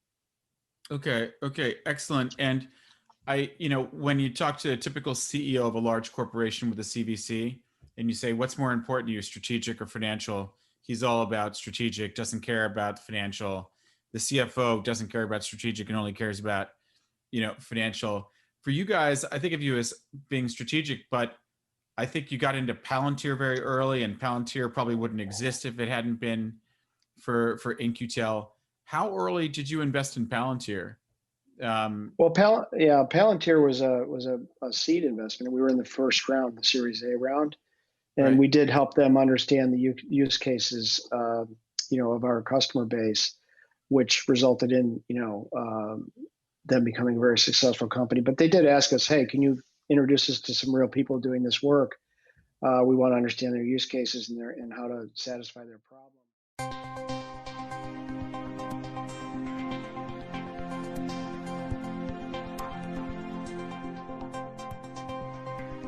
GameScan Corporation manufactures low-power Wi-Fi semiconductors that form the heart of modern remote sensing, monitoring, and control technologies. Recorded Future Inc. is a Massachusetts web startup that monitors the web in real time and claims its media analytics search engine can be used to predict the future. Keyhole Corp created the 3D Earth visualization technology that became the core of Google Earth. The common denominator? All of these companies, and hundreds more cutting-edge technology and software startups, have received seed money and investment funding from IN-Q-Tel, the CIA's own venture capital firm. Welcome. This is James Corbett of the Corbett Report, with your eye-opener report for BoilingFrogsPost.com. For decades, the Defense Advanced Research Projects Agency, or DARPA, has been the American governmental body tasked with conducting high-risk, high-payoff research into cutting-edge science and technology. Responsible most famously for developing the world's first operational packet switching network that eventually became the core of the Internet, DARPA tends to garner headlines these days for some of its more outlandish research proposals, and is generally looked upon as a blue-sky research agency whose endeavors only occasionally bear fruit. In the post-9/11 consolidation of the American intelligence community, IARPA, or the Intelligence Advanced Research Projects Agency, was created to serve as the spymaster's equivalent of DARPA's defense research. In contrast to this, IN-Q-Tel was formed by the CIA in 1999 as a private, not-for-profit venture capital firm with the specific task of delivering technology to America's intelligence community. Publicly, IN-Q-Tel markets itself as an innovative way to leverage the power of the private sector by identifying key emerging technologies and providing companies with the funding to bring those technologies to market. In reality, however, what IN-Q-Tel represents is a dangerous blurring of the lines between the public and private sectors, in a way that makes it difficult to tell where the American intelligence community ends and the IT sector begins. IN-Q-Tel has generated a number of headlines since its inception based on what can only be described as the creepiness factor of its investments in overtly Orwellian technologies. In 2004, KM World published an interview with Greg Peeps, then IN-Q-Tel's Senior Director of Federal and Intelligence Community Strategy, about some of their investments. Peeps was especially proud of the CIA's investment in Ingzite, a company that offered software for data mining unstructured data sources like blogs and websites with analytical processing. In 2006, it was revealed that AT&T had provided NSA eavesdroppers full access to its customers' internet traffic, and that the American intelligence community was illegally scooping up reams of internet data wholesale. The data mining equipment installed in the NSA backdoor, a Neris STA6400, was developed by a company whose partners were funded by IN-Q-Tel. Also in 2006, News 21 reported on an IN-Q-Tel investment in CallMiner, a company developing technology for turning recorded telephone conversations into searchable databases. In late 2005, it was revealed that the NSA had been engaged in an illegal, warrantless wiretapping program since at least the time of the 9/11 attacks, monitoring the private domestic phone calls of American citizens in breach of their Fourth Amendment rights. In 2009, The Telegraph reported on IN-Q-Tel's investment in Visible Technologies, a company specializing in software that monitors what people are saying on social media websites like YouTube, Twitter, Flickr, and Amazon. The software is capable of real-time communications tracking, trend monitoring, and even sentiment analysis that categorizes blog posts and comments as positive, negative, or neutral. Just last month, the Federal Reserve tendered a request for proposal for just this type of software so the privately owned central bank could monitor what people are saying about it online. Two of the names that come up most often in connection with IN-Q-Tel, however, need no introduction: Google and Facebook. The publicly available record on the Facebook IN-Q-Tel connection is tenuous. Facebook received $12.7 million in venture capital from Excel, whose manager, James Breyer, now sits on their board. He was formerly the chairman of the National Venture Capital Association, whose board included Gilman Louie, then the CEO of IN-Q-Tel. The connection is indirect, but the suggestion of CIA involvement with Facebook, however tangential, is disturbing in the light of Facebook's history of violating the privacy of its users. Another black eye for Facebook. The social networking giant has reportedly revealed the sexual orientation of some users to advertisers. Researchers discovered that targeted ads are sent to accounts of people who have described themselves as gay or straight. Now, that means a person who wants to keep their private life private may be actually sharing it. And just last week, we learned some of the most popular apps on Facebook were leaking users' information to advertisers. Do you feel like it's a backlash, or do you feel like you're violating people's privacy? Do you feel like you're adequately portrayed as a... Because they want to wonder about the person who actually created this thing. Yeah, I mean, you know, a lot of stuff happened along the way. I think, you know, there were real learning points and turning points along the way in terms of building things. A recently released IM conversation between Facebook founder Mark Zuckerberg and a friend revealed the underlying attitude of Facebook towards its users. The exchange took place in 2004 when Zuckerberg had recently started the popular social networking website. In it, he told the friend, quote, "Yeah, so if you ever need any info about anyone at Harvard, just ask. I have over 4,000 emails, pictures, addresses, SNS." To which the friend replied, "What? How do you manage that one?" And Zuckerberg responded, "People just submitted it. I don't know why. They trust me. Dumb fucks." Google's connection to In-Q-Tel is more straightforward, if officially denied.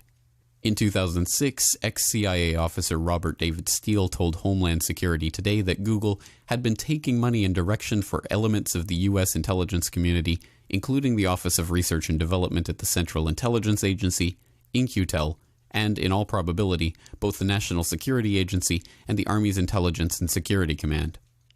Later that year, a blogger claimed that an official Google spokesman had denied the claims, but no official press statement was released. Steele's accusation is not the only suggestion of American intelligence involvement with Google, however. In 2005, In-Q-Tel sold over 5,000 shares of Google stock. The shares are widely presumed to have come from In-Q-Tel's investment in Keyhole Inc., which was subsequently bought out by Google, but this is uncertain. In 2010, it was announced that Google was working directly with the National Security Agency to secure its electronic assets. Also in 2010, Wired reported that In-Q-Tel and Google had jointly provided venture capital funding to Recorded Future Inc., a temporal analytics search engine company that analyzes tens of thousands of web sources to predict trends and events. But as potentially alarming as In-Q-Tel's connections to internet giants like Facebook and Google are, and as disturbing as its interest in data mining technologies might be, the CIA's venture capital arm is interested in more than just web traffic monitoring.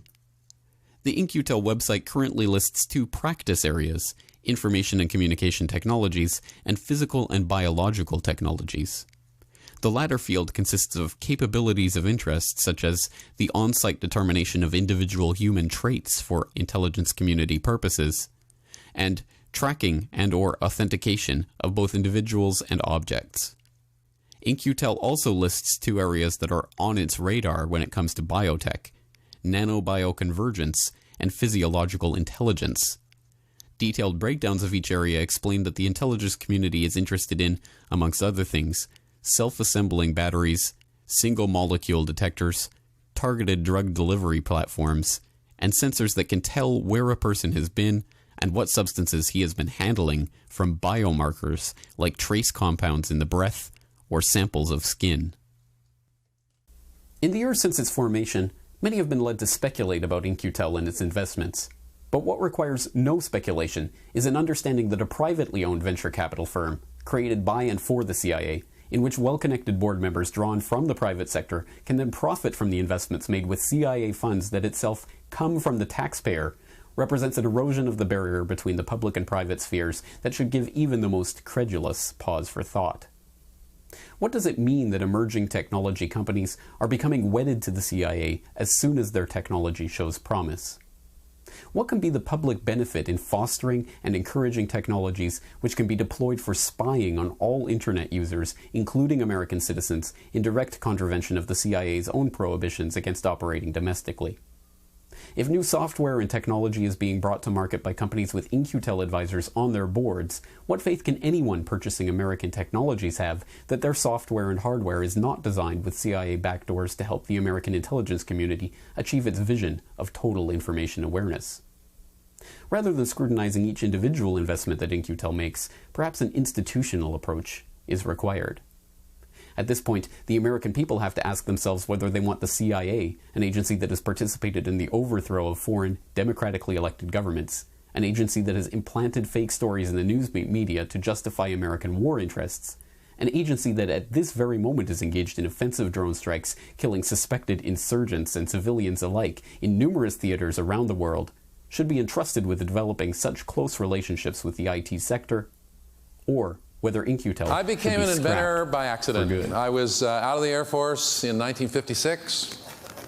No, that's not true. I went in 1956. Came out in 1959, was working at the University of Washington, and I came up with an idea from reading a magazine article for a new kind of a phonograph tone arm. Now, that was before cassette tapes, CDs, DVDs, any of the cool stuff we've got now. And it was an arm that, instead of hinging and pivoting as it went across the record, went straight, radial linear tracking tone arm. And it was the hardest invention I ever made. But it got me started, and I got really lucky after that. And without giving you too much of a tirade, I want to talk to you about an invention I brought with me today, my 44th invention.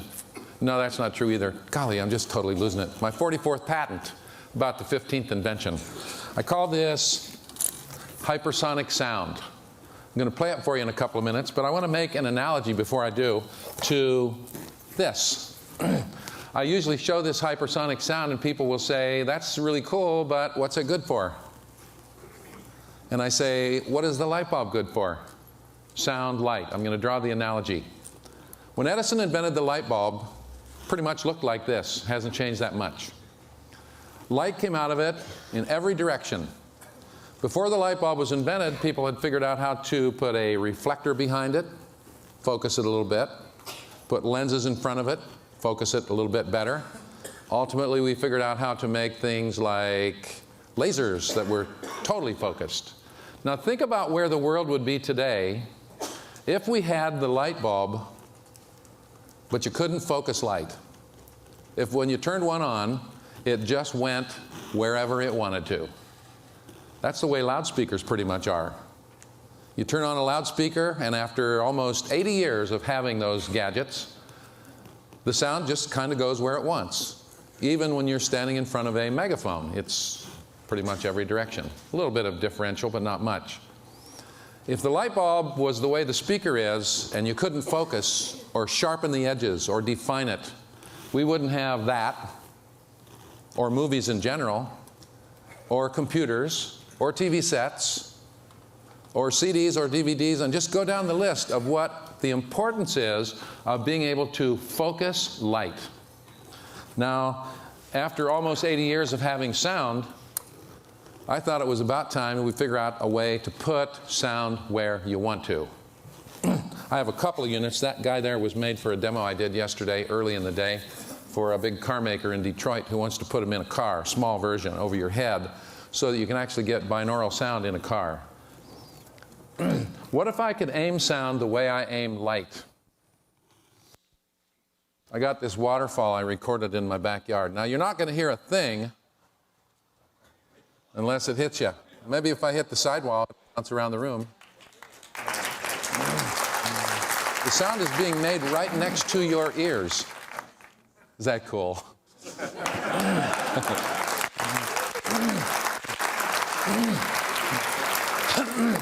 Because I have some limited time, I'll cut it off for a second and tell you about how it works and what it's good for. Of course, like light, it's great to be able to put sound to highlight a clothing rack or the cornflakes or the toothpaste or a talking plaque in a movie theater lobby.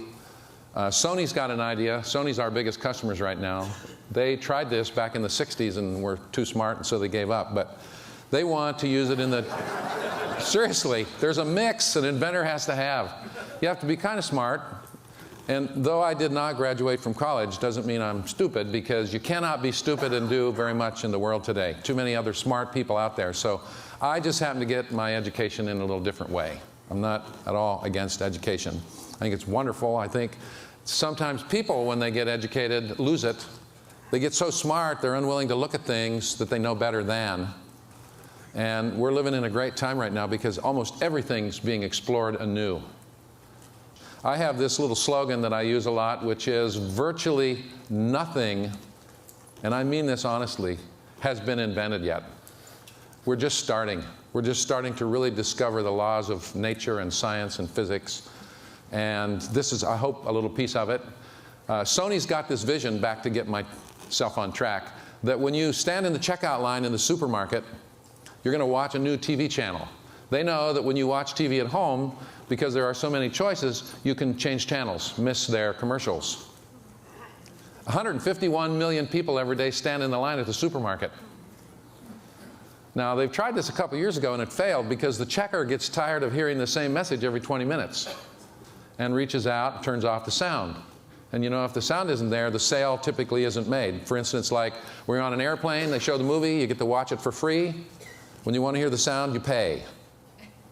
And so ABC and Sony have devised this new thing where when you step in the line in the supermarket, initially it'll be Safeways. It is Safeways. They're trying this in 3 parts of the country right now. You'll be watching TV. And hopefully they'll be sensitive that they don't want to offend you with just one more outlet. But what's great about it, from the tests that have been done, is if you don't want to hear it, you take about 1 step to the side and you don't hear it. So we create silence as much as we create sound. ATMs that talk to you, nobody else hears it. Sit in bed 2 in the morning, watch TV, your spouse is, or someone, is next to you asleep, doesn't hear it, doesn't wake up. We're also working on noise canceling things like snoring, noise from automobiles. I have been really lucky with this technology. All of a sudden, as it is ready, the world is ready to accept it. They have literally beat a path to our door. We've been selling it since about last September, October, and it's been immensely gratifying. If you're interested in what it costs, I'm not selling them today, but this unit with the electronics and everything, if you buy one, is around $1,000. We expect by this time next year it'll be hundreds, a few $100 to buy it. It's not any more pricey than regular electronics. Now, when I played it for you, you didn't hear the thunderous bass. This unit that I played goes from about 200 hertz to above the range of hearing. It's actually emitting ultrasound, low-level ultrasound that's about 100,000 vibrations per second. And the sound that you're hearing, unlike a regular speaker on which all the sound is made on the face, is made out in front of it in the air. The air is not linear, as we've always been taught. You turn up the volume just a little bit, I'm talking about a little over 80 decibels, and all of a sudden the air begins to corrupt signals you propagate. Here's why. The speed of sound is not a constant. It's fairly slow. It changes with temperature and with barometric pressure. Now imagine, if you will, without getting too technical, I'm making a little sine wave here in the air. Well, if I turn up the amplitude too much, I'm having an effect on the pressure, which means during the making of that sine wave, the speed at which it is propagating is shifting. All of audio, as we know it, is an attempt to be more and more perfectly linear. Linearity means higher quality sound. Hypersonic sound is exactly the opposite. It's 100% based on nonlinearity. An effect happens in the air. It's a corrupting effect of the sound, the ultrasound in this case, that's emitted. But it's so predictable that you can produce very precise audio out of that effect. Now, the question is, where is the sound made? Instead of being made on the face of the cone, it's made at literally billions of little independent points along this narrow column in the air. And so when I aim it towards you, what you hear is made right next to your ears. I said we can shorten the column. We can spread it out to cover the couch. I can put it so that one ear hears one speaker, the other ear hears the other. That's true binaural sound. When you listen to stereo in your home system, both ears hear both speakers. Turn on the left speaker sometime and notice you're hearing it also in your right ear. So the stage is more restricted, the sound stage that's supposed to spread out in front of you. Because the sound is made in the air along this column, it does not follow the inverse square law, which says it drops off about 2/3 every time you double the distance. 6 dB every time you go from 1 meter, for instance, to 2 meters. That means you go to a rock concert or a symphony, and the guy in the front row gets the same level as the guy in the back row now, all of a sudden. Isn't that terrific? So we've been, as I say, very successful, very lucky in having companies catch the vision of this, from car makers who want to put a stereo system in the front for the kids, a separate system in the back. Oh, no, the kids aren't driving today. I was seeing if you were listening. Actually, I haven't had breakfast yet. A stereo system in the front for mom and dad, and maybe there's a little DVD player in the back for the kids, and the parents don't want to be bothered with that, or their rap music or whatever. So again, this idea of being able to put sound anywhere you want to is really starting to catch on. It also works for transmitting and communicating data. It also works 5 times better underwater. We've got the military had just deployed some of these into Iraq, where you can put fake troop movements quarter of a mile away on a hillside.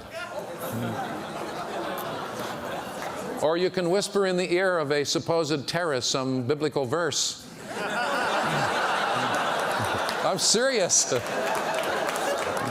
And they have these infrared devices that can look at their countenance and see a fraction of a degree Kelvin in temperature shift from 100 yards away when they play this thing. And so another way of hopefully determining who's friendly and who isn't. We make a version of this which puts out 155 decibels. Pain is 120. So it allows you to go nearly a mile away and communicate with people, and there can be a public beach just off to the side and they don't even know it's turned on. We sell those to the military presently for about $70,000, and they're buying them as fast as we can make them. We put it on a turret with a camera so that when they shoot at you, you're over there and it's there. When I was a kid, I was, like many of you in this room, very much fascinated by Star Wars. And what fascinated me the most is this notion of the Force. This energy that connects all people and all objects and allows you to feel people that you can't even see. And I remember many nights I would be sitting at home, just like concentrating and focusing, trying to feel the Force. And I didn't feel anything, don't worry. And later in life, I became a scientist. I joined the MIT faculty and started working on wireless signals. These are things like Wi-Fi, your cellular systems, and I did a lot of work in that domain. But then, again, this Force thing kept nagging me, and at some point, I was like, wait a minute, these wireless signals, they are like the Force. So if you think about it, wireless signals, they travel through space, they go through obstacles and walls and occlusions, and some of them, they reflect off our bodies because our bodies are full of water. And some of these minute reflections, they come back.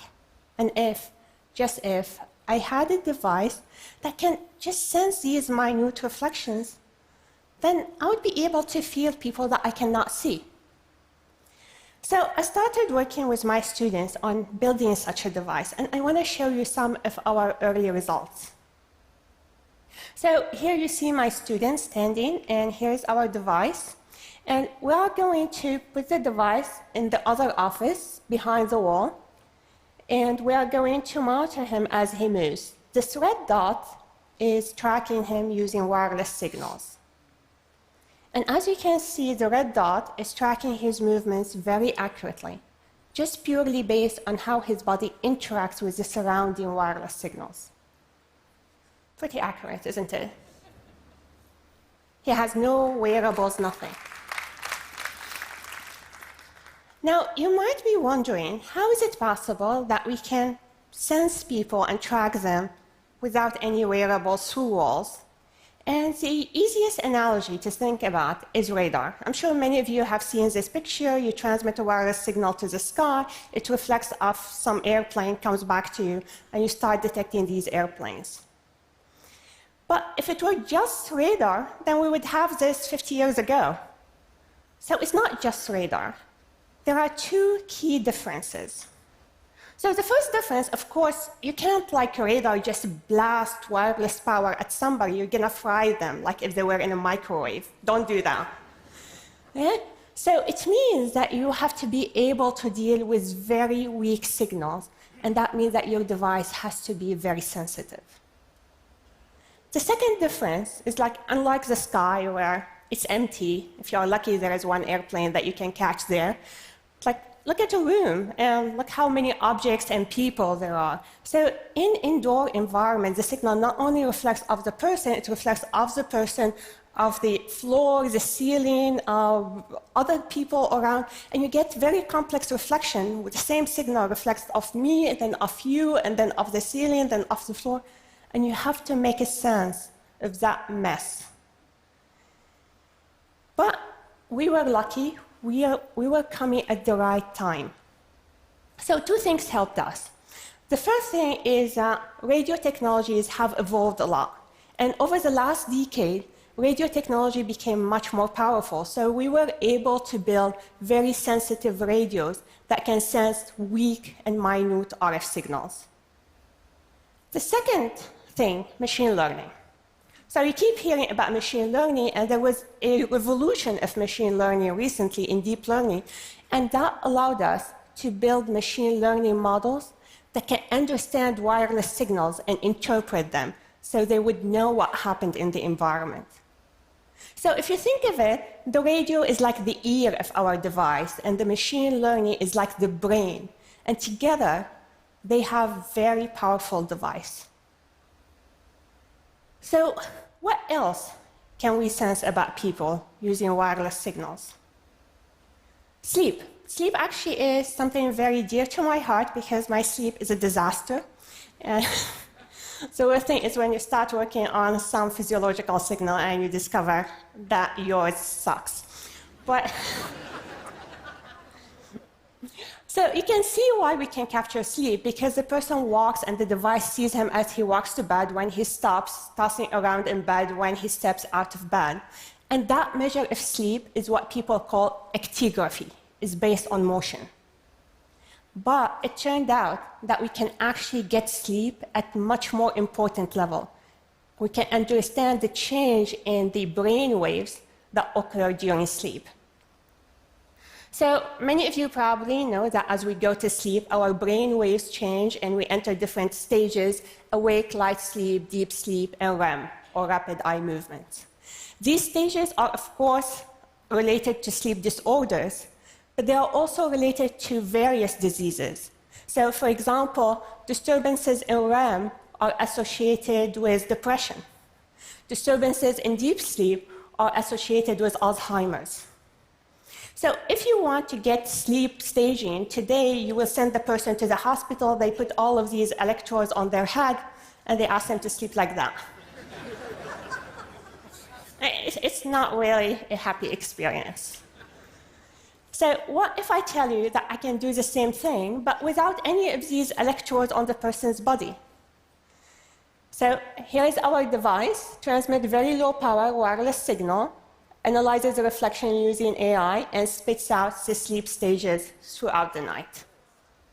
So it would know, for example, when this person is dreaming.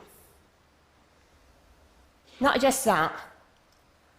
We can even get your breathing while you are sitting like that and without touching you. So he's sitting and reading, and this is his inhales, exhales, and we ask him to hold his breath, and you see the signal staying at a steady level because he exhaled, he did not inhale. And I want to zoom in on the signal. And this is the same signal as before. These are the inhales, these are the exhales. And you see these blips on the signal, these are not noise. They are his heartbeats. And you can see them beat by beat. So I want to stop here for a moment and show you a live demo. Zach is going to help me with the demo. And what we're going to do, we're going to use the device to monitor Zach's breathing. So this white box that you see here is the device, and Zach is turning it on. And let's see whether he breathes well. So we're going to do exactly what we did in the video with the other guy. So we're gonna, the wireless signal is going through, it's touching Zach's body, and is reflecting back to the device. And we want to monitor his breathing, his inhale, exhale motion. So we see the inhales, exhales, so see these ups and downs are Zach breathing. Inhaling, exhaling. Yeah. so he can breathe. So let's, Zach, can you hold your breath, please? Okay, so now he's holding his breath. So you see the signal stays at steady level, and these are his heartbeats. Beat, beat, beat, beat, beat. Okay, Zach, you can breathe. Breathe again. We don't want accidents here. Okay, thank you.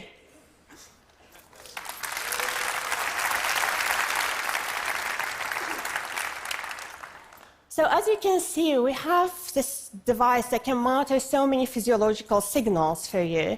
And what is really interesting about this device, that it does all this without any wearables, without asking the person to change his behavior or to wear anything or charge anything special. And that got doctors very excited.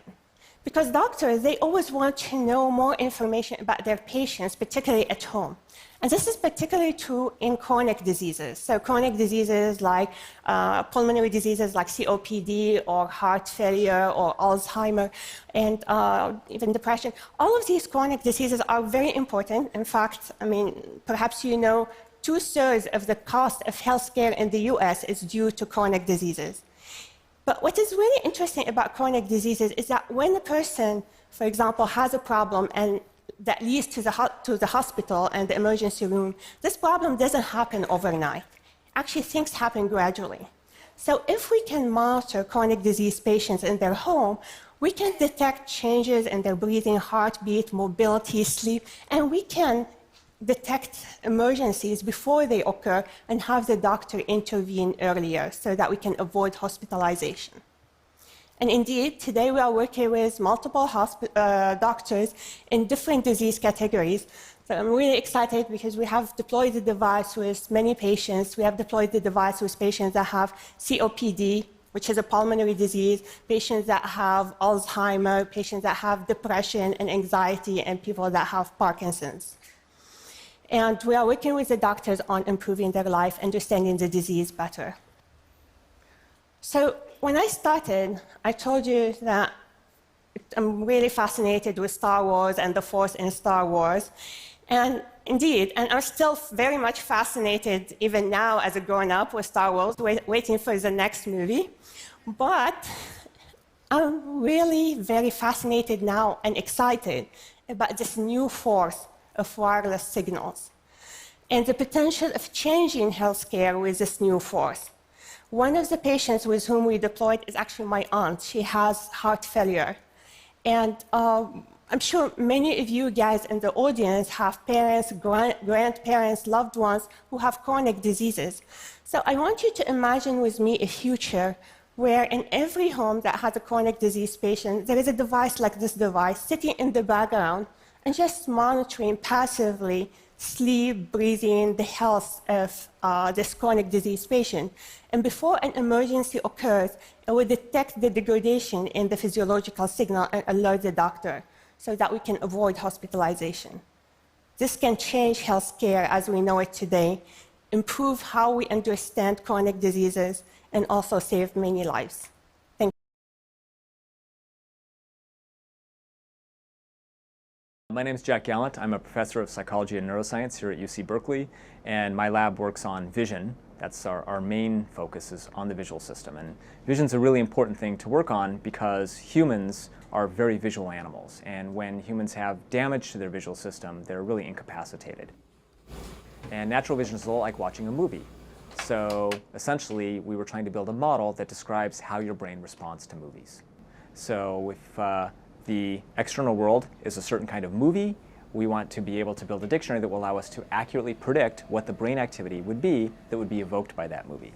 And then given some brain activity, we want to be able to reconstruct the movie that you saw. So on the left here we have a movie that we showed a subject in the magnet. And on the right we have a brain. And you can see the brain activity is painted here on the side of the brain, but the brain's kind of crunched up in the skull, so it's hard to visualize. So we kind of inflate it, and then we flatten it out, and we can see a flat map of the visual cortex and the rest of the brain as the person watches the movie. The problem here for us is to translate between these movies that occur and this pattern of brain activity that occurs. And in the study we talked about In our paper, we just modeled this very back part of the brain, the early visual system, primary visual cortex. And that part of the brain responds to the little local features in the movie, little edges and colors and pieces of motion and texture. But this part of the brain doesn't know anything about what the objects are in the movie. First, we put people in the magnet for several hours, and we show them movies, and we build a model of their brain. And then in the second part, we put them back in the magnet, we show them new movies, and we measure their brain activity, and we decode their brain activity in order to reconstruct the movie. So on the left here is the movie we actually showed people, and on the right is our reconstruction. When the movie that we showed has a fairly common object like a person, our reconstructions are actually fairly accurate. But when the movie that we showed is something rarer, as you'll see in a second, like this abstract thing, then our reconstructions are coarser. Not really so much over here, I guess. I think you'll be able to use this kind of technology for communicating with people who can't communicate, like locked-in patients or people with neurological diseases. I think you could maybe use this in some forms of psychotherapy or dream analysis. I think there's a lot of potential clinical applications for this. When this model worked, we were very happy because it was really quite surprising that it would work at all. We're only taking snapshots of the brain every 1 or 2 seconds, and our reconstructions of movies happen at the movie rate. So that's much faster, and there's no reason one would think that this would work, and in fact most of our colleagues just told us this would never work. So it was pretty surprising and satisfying when it actually worked. The reason I keep coming back to MKUltra and its surrounding programs is because the more I research, the more I realize that we are living in the very product of that program today. The harder you look around, the more obvious it will become that the public wasn't told anything about the real aims and objectives of the CIA's, really they call it a mind control research program, but it was really just a control research program. Mind, behavior, individual, society, global. And when the revelations came out in the 70s, they dazzled the public with tales of Manchurian candidates and spy versus spy and Korean brainwashing techniques, and they purposefully flung all their dirty laundry around. Salacious tales of prostitute halfway houses and LSD being administered to unwitting people just to see what would happen. But the whole revelation of the MKUltra program is pretty much a joke. What the public was left with was all of the financial boilerplate subproject documents, which were given, by the way, to a former Foreign Service officer for the U.S. State Department to expose it all. Yeah, right. Okay? Oh, and the Rockefeller Commission in 1975, which is utterly laughable considering that A, the CIA director who signed off on MKUltra officially in April 1953 was Allen Dulles, whose brother John Foster Dulles was a Rockefeller Foundation man for 16 years leading up to this? And just a few months after Allen Dulles signed off on it, Nelson Rockefeller was appointed as the first Undersecretary of the Health, Education, and Welfare Department, which was funding some of the MKUltra sub-projects, which were likely signed off on by Nelson himself, who was so timely put in place there. And C, the Rockefeller Foundation itself directly funded not only a lot of the research that went into the sub-projects, and infamous MKUltra researchers like Ewan Cameron, they set up his whole Allen Memorial Institute and everything. He's the guy that ran Sub-Project 68. But they also funded the decades of research leading up to MKUltra. And they even admit, going all the way back to the founding of the Rockefeller Institute for Medical Research at the early part of the 1900s, they admit in their own documents that their aim was to, quote, unlock the secrets of human behavior in order to mitigate and even control humans' impulse to destruction, which is about as two-faced and backhanded of a statement as anyone like the Rockefeller Foundation can make. Like I said in my last video, it would take over 100 books and dozens upon dozens of documents to spell it all out for you in minute detail in something as simple as a YouTube video, but the technocratic, cybernetic New World Order that's unfolding all around us right now has always been about total world domination. And it connects to every other conspiracy you can possibly think of, and that very much includes Agenda 21. And when you really start to research just what's been declassified, just the information that's out there, when you read the documents yourselves and you start really looking through the books and the writings of some of these people, and you realize all of this, it's pretty clear that this is one of the biggest threats that we actually face today. Behind all the stuff they tell you in the media, behind all the other stuff that's going on that they flash in front of your face to distract you, this is a serious situation. You start to see how it all comes together.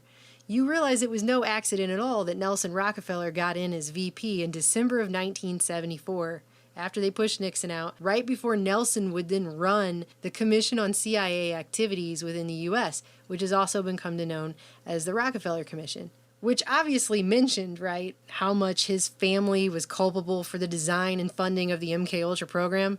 No, not at all.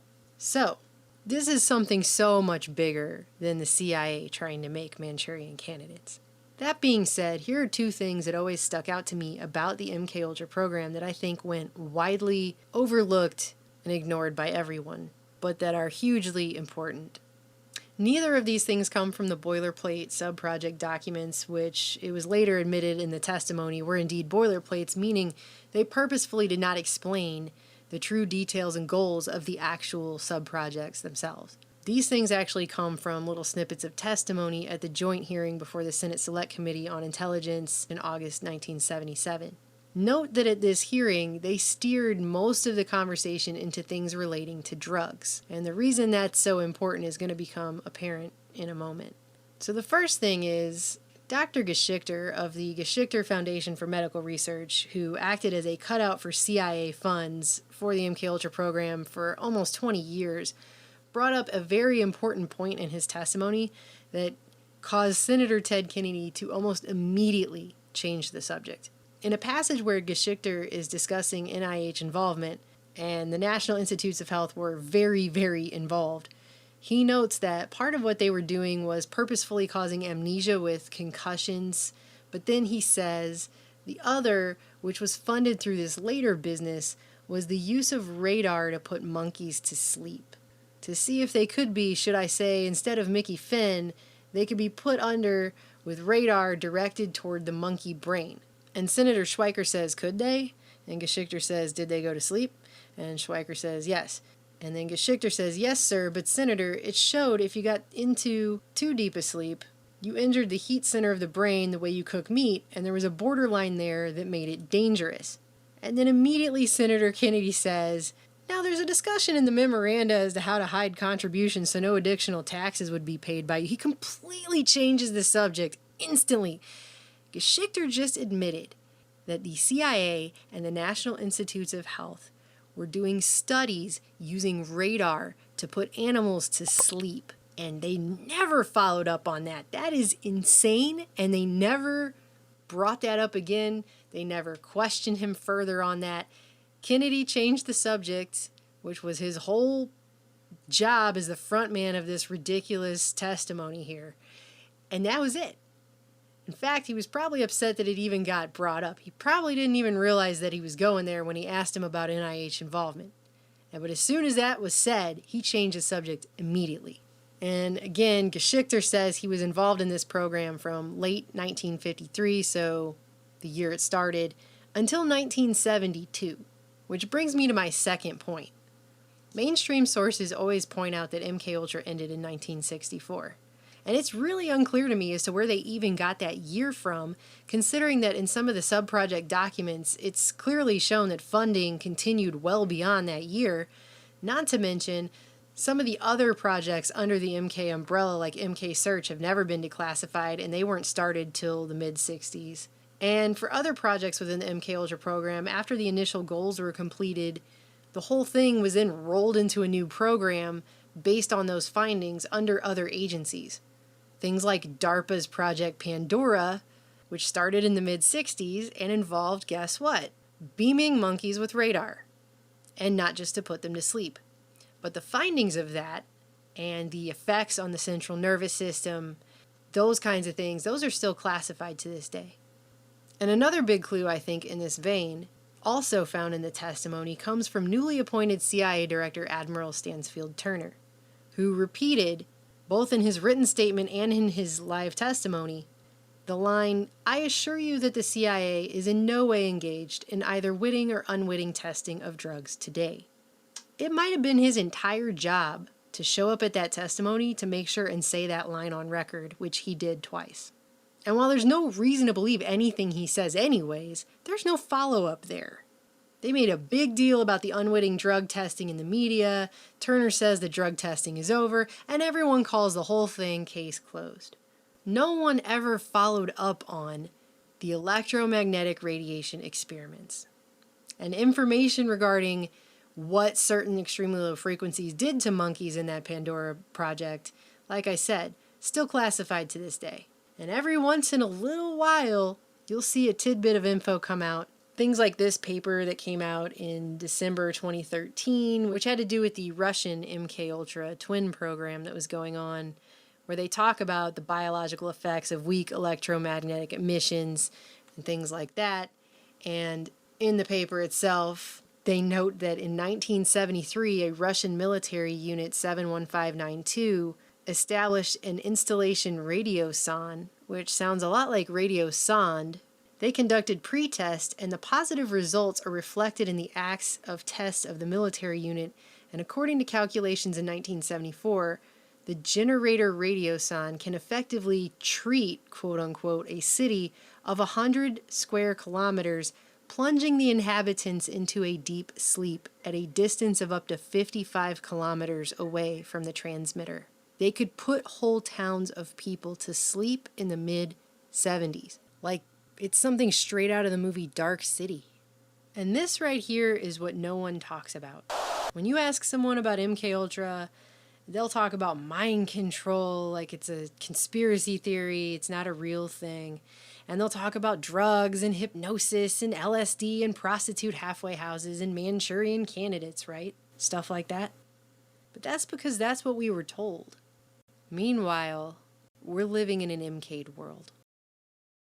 Talking to Craig Whitlock, and he's author of the new book, The Afghanistan Papers. The Intercept reports, Craig, that military stocks outperformed the stock market overall by 58% during the Afghanistan war, including Boeing, Raytheon, Lockheed Martin, Northrop Grumman, and General Dynamics. Quote, from the perspective of some of the most powerful people in the U.S., the Afghanistan war may have been an extraordinary success, notably the boards of directors of all 5 defense contractors in Afghanistan. If you can talk further about, I mean, the U.S. poured, and I'm sure it's much more than this, in the L.A. Times saying at a cost of $83 billion, Afghan security forces collapsed so quickly and completely. The ultimate beneficiary of the American investment has so quickly and completely turns out to be the Taliban. So the U.S. knows exactly what they have.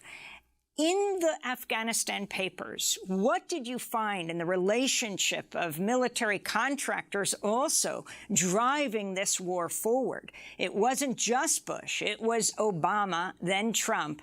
And Biden certainly knew about the Obama years because he was vice president at that time. And he's the one who said, yes, you have been lied to, the American people. Well, that's right. And the height of spending during the war was during the Obama administration, when he sent a surge of 100,000 U.S. troops to Afghanistan in 2010, 2011, 2012. That's when we were spending just enormous amounts of money in Afghanistan, not just to wage the war, but to try and build up the country. And frankly, the Afghanistan papers show it was far more money than the country could possibly hope to absorb. It just didn't have the capacity to use all this money. So a lot of the money was also siphoned off by corruption, by Afghan warlords, by defense contractors. And by defense contractors, that could be anything from major American contractors who were profiting off the war to, local contractors in Afghanistan, international ones that supplied, supplies, ammunition, food, transport. I mean, the war was a very expensive war to wage in a landlocked country halfway around the world, and the United States spent more than $1 trillion on its operations there. There's not a whole lot to show for that, but a lot of people, whether it's Afghans or defense contractors or, frankly, warlords and the Taliban, profited off that war for 20 years. And lastly, Craig, on your book, the book that is out this month, the Afghanistan Papers, in addition to the reporting that you did that was published in the Washington Post as a series, the Afghanistan Papers, for the book, you've obtained access to copies of oral interviews with senior military and government officials documenting their perception of the Afghan war as it unfolded. Could you speak specifically about the role of General Mark Milley, who is now the current chairman of the Joint Chiefs of Staff? What you General learned Milley from the interviews with him. Yeah, he has a long history in Afghanistan. I believe he was first there in 2003. He was a colonel then, and ironically, his job at first was to help create an Afghan army and police force, and he was helping to oversee the training to really build this Afghan army from scratch. At the time, in his oral history interview, he's sort of optimistic about this. He says this will work. Here's some of the challenges, but the United States can make this happen. And over the years, of course, Milley rose through the ranks. He kept rising up through the chain of command until now he's the chairman of the Joint Chiefs of Staff. But it's interesting. He has such a long history in Afghanistan, but in public, he was always extremely optimistic. In 2013, he was the deputy commander of U.S. and NATO forces in Afghanistan, and he would talk about winning and victory and how good the Afghan security forces were. And even as the United States started to withdraw during the Obama administration, Milley was among the generals who kept expressing complete faith in the Afghan forces. And even though there were clear reports that they weren't doing that well, that they couldn't hold territory, Milley always vouched for them in public.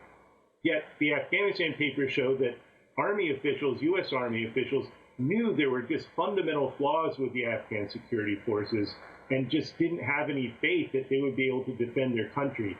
And that's the paradox we see again and again in the Afghanistan papers. The generals at the Pentagon kept telling the American people that they were making progress, that they would emerge victorious in the end. And yet in private, many of these same people were admitting that they just didn't see a good outcome, that this war was unwinnable, and that the truth really was being withheld from the U.S. people. Craig Whitlock, we want to thank you for being with us, investigative reporter for the Washington Post, author of the new book, The Afghanistan Papers, A Secret History of the War. It's out at the end of the month. And that does it for our show. Democracy Now! Produced with Renee Feltz, Mike Burke, Dina Guzder, Messiah Reds, Nermeen Sheikh, Meredith Tarsena, Tammy Warnoff, Tarina Nadura, Sam Alkoff, Tamery A Studio. Special thanks to Julie Crosby. I'm Amy Goodman with Nermeen Sheikh. Somebody is knocking on the door of World War III and trying to poke Vladimir Putin like a bear with a stick. Here in the next decade, during the next Great War, when you're being told all the patriotic reasons why you should send your sons and daughters off to war and why we need to make all these sacrifices, I hope you'll remember that the reason we went to war was not what they've been telling you, but because of the kinds of things this guy has been doing. I want to go after those things that Assad sees as his personal power base. The CIA aligned with political interests, trying to stir things up in the hopes of containing world order. We need to make the Iranians pay a price in Syria. We need to make the Russians pay a price. We make them pay the price by killing Russians, yes, and killing Iranians. Yes, covertly. This kind of strategy is going on, and it's so unstoppable.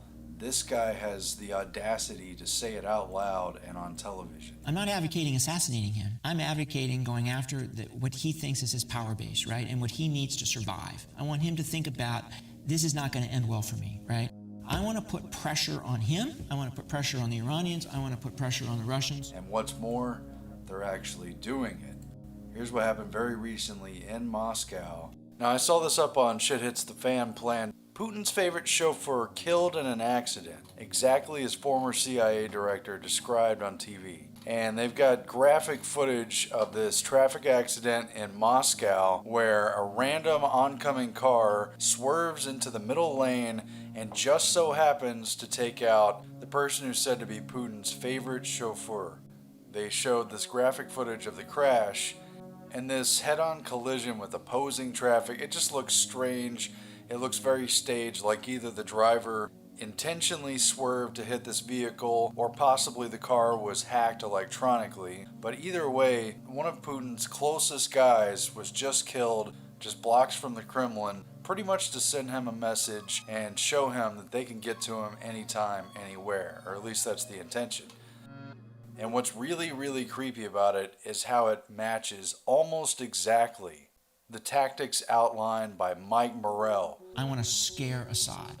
So I want to go after his presidential guard. I want to bomb his offices in the middle of the night. I want to destroy his presidential helicopter. I want to make him think we're coming after him. It's this policy of taking out the people closest to the leaders that they want to target, with Putin at the very top of the list. You don't tell the world about it, right? But you make sure they know it in Moscow and Tehran. How else can you take this but as a threat? They are trying to antagonize Putin. They've openly talked about their intention for a long time of trying to antagonize Iran. They've been trying to oust Assad by any means possible, and they haven't been successful so far, which means they're getting pretty far down the desperation list in the playbook. And when I speak of the playbook, if you have nowhere else to look, you can look to the Brookings Institution Which Path to Persia, which pretty much spells out 15 or 20 ways of stirring up a war with Iran. It's disgusting, and I just thought you had a right to know the next time someone you love is sent to war, possibly dies, when this country never sees good days again. These kinds of people have been just purposefully doing this stuff. I want to bomb his. I want to go after. I want him to think. I want to destroy his presidential aircraft. Here's the other thing I want to do. I want to go after. I want to. A lot of the people in this country who are working in the shadows with the intelligence of several other countries, they would love to see Putin lose it. They'd love to see him give in to the anger and lash out and give them a reason to really start something. С этим должны жить. И такие вещи не должны мешать работать. Я с этим живу с 99-го года. Постоянно. Что же делать? Послушайте меня.